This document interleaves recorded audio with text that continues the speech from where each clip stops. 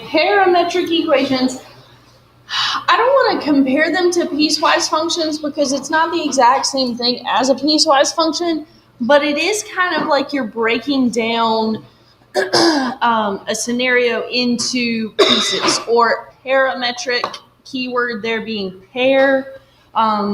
Usually there are two functions, and most of the time what's happening is it's breaking down the situation into its horizontal and vertical components, which we've done before with vectors. So we're somewhat familiar with this idea. But let's just jump into an example because most of the time these are going to be word problems. So let's just jump into what we would see. Example 1 here says 2 rockets are fired from a space station. The first rocket's path can be described using the parametric equations x of t is equal to t plus 4 and y of t is equal to 3t minus 1. Now notice, we're not using x as a variable anymore, or theta. We use theta a lot when we were doing vectors. Here it's t. What does t usually always represent? Time. Okay, and that's typically the key to your parametric equations. It is representing your functions so that they are functions of time. So we've got its horizontal component, x of t, in terms of time, and we have its vertical component, y of t, in terms of time. We have the same thing for the second rocket path. It has an x of t and a y of t. So let's look at what we're being asked to do. Part A, eliminate the parameter. Okay, the parameter is t for the equations given for the first rocket and express its path as a function. So functions, we're talking about x and y. So what we're going to do is we are going to substitute. Okay, we are going to substitute. We're eliminating t, so we need to solve either x of t or y of t. We need to solve one of those for the variable t. Which one looks easier to solve for the variable t? The x of t, right? Because it's just got a plain t. That's easier to solve for t. So we've got x equals t plus 4. So if we solve that for t, that would say x minus 4 equals t. So we can replace the t in our y function with that x minus 4. Okay, we're replacing the t in the y function with x minus 4 because t is equal to x minus 4. And then probably need to simplify that, so we get 3x minus 12 minus 1.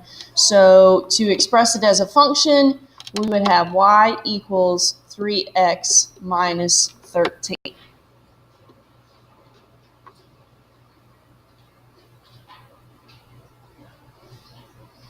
Okay, let's look at B. Eliminate the parameter for the equations given for the second rocket and express its path as a function. Well, for the second rocket, we have the same x part. We still have x equals t plus 4. So we've got that same scenario that t is equal to x minus 4. We're just plugging it into a different y function, 2 times our t, which we're replacing with x minus 4, plus 9. So if we simplify that, distribute the 2x minus 8 plus 9, that gives us that our function for the second rocket is y equals 2x plus 1.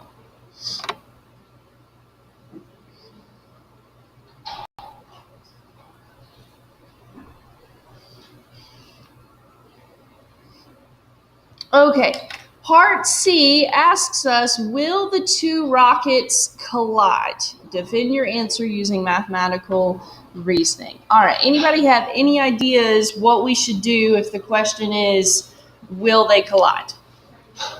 Set them equal to each other? That sounds like a good start. Okay, so let's see what happens when we set them equal to each other. Set those 2 y functions equal to each other, because that means they would have the same y value, right? So let's set those equal to each other. If we solve that, subtract 2x, we get x minus 13 is equal to 1. Add 13, we get x equals 14. Well, does that really I mean, I think that justifies that they collide, but let's make sure. Okay, let's make sure. Let's use the parametric part of this. So when x equals 14, at what time does that occur? If x equals 14, at what time does that occur?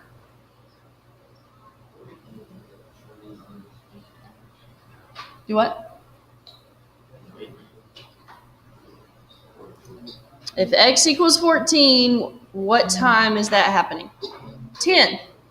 Where does that come from? T equals x minus 4. So if x is 14, t equals x minus 4. So t equals 14 minus 4. So this is occurring at time 10.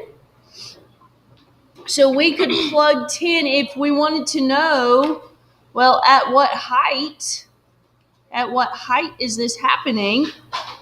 We can plug this back into both of those y functions. Y of 10 is equal to, for the first one, that would be 3 times 10 minus 1. So that's 30 minus 1, which is 29. And for the second one, y of 10 equals 2 times 10 plus 9. That's 20 plus 9, which is 29.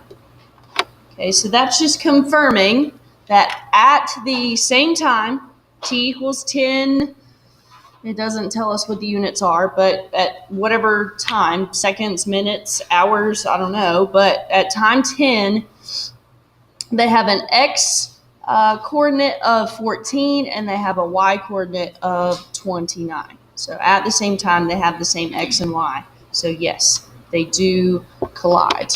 And if we wanted to write that in words, I would say yes, at t equals 10, and I would put the coordinates 14, 29.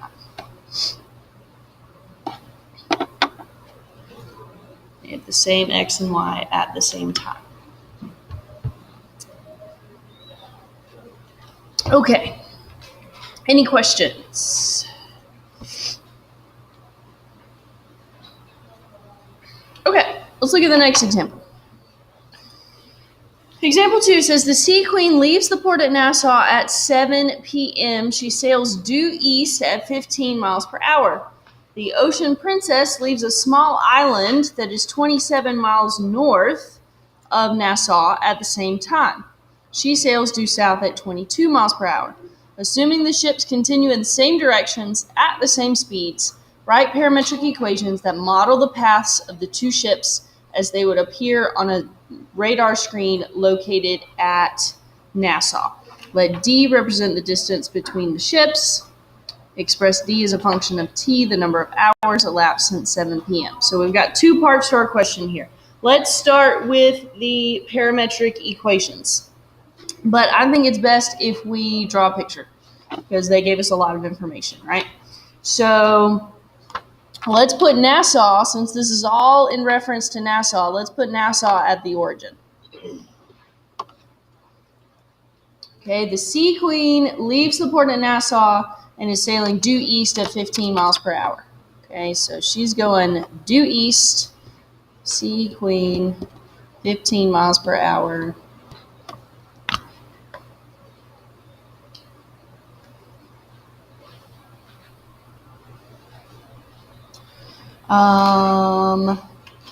The Ocean Princess leaves a small island that's 27 miles north, so she's starting up here at 27 and sailing due south at 22 miles per hour. This is the Ocean Princess right here. So let's talk about their parametric equations.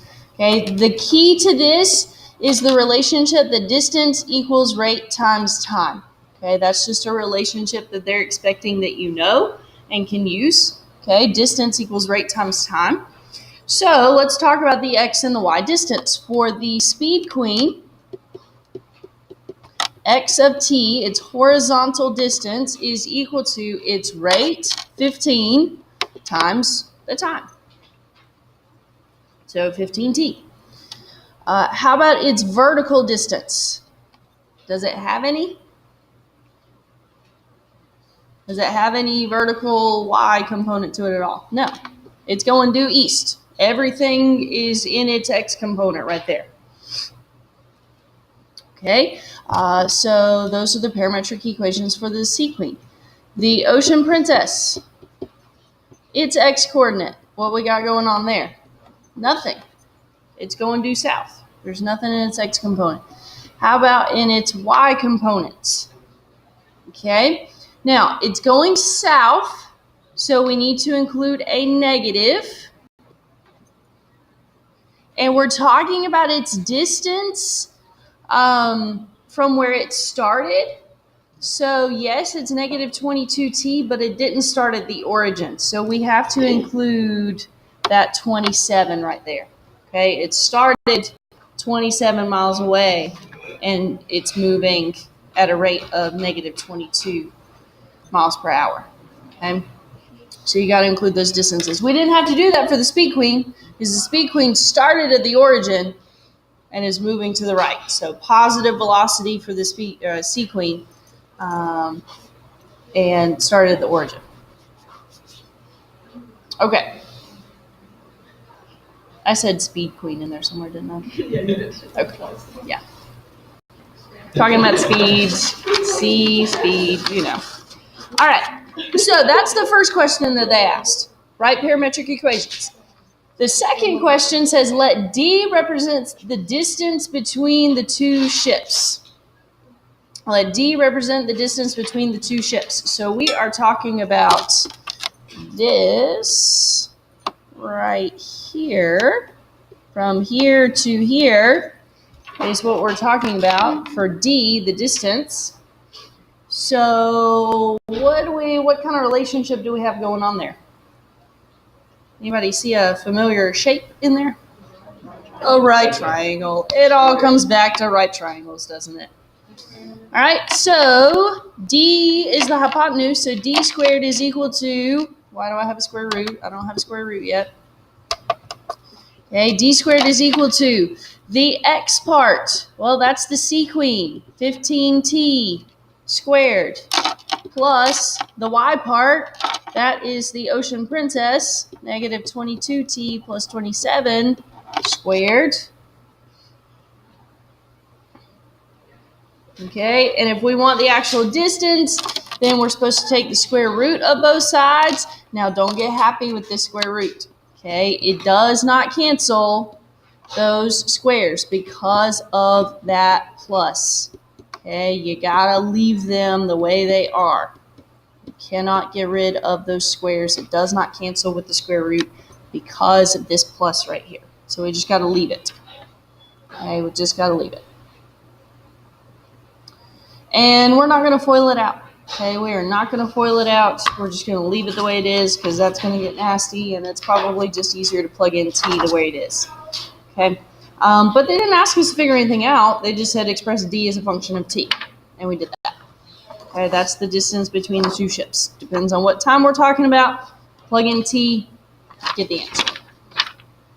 Okay. All right.